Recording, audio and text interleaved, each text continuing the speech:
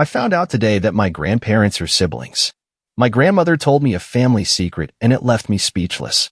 I don't know how to react. I don't know how to absorb it. My mind is so clouded. My moral compass is cracked. I don't know if I can recover from this. Her confession gave light on why they don't have a biological child.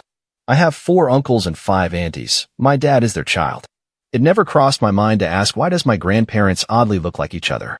My grandmother mentioned it to me because I talked shit about an acquaintance that fell in love with her own aunt. They didn't know, but continued the relationship even after knowing. She said my grandfather was her literal older brother, but they didn't grow up in the same house until they were 10 years old since she was my great-grandfather's bastard. They oddly fell in love then eloped, changed their names, got married, and adopted 10 children. She said without sexual reproduction they're no different from regular lovers. I honestly never felt any toxicity on our family, no conflicts with any members whatsoever. 10 of my grandparents' children were kind to one another, and my grandparents were sweet. They cared for each other, for their children. For their grandchildren, people in our community loves them wholeheartedly. I thought our family was perfect, but she reveals this to me. I told my dad and said she was joking, but my dad just said, "So you knew now why they adopted us?" I was silenced.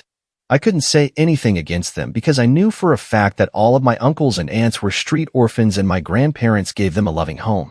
I'm conflicted with this fact, and I can't bottle it up, so I'm letting it off here. I guess I'm ready for the Lannister jokes.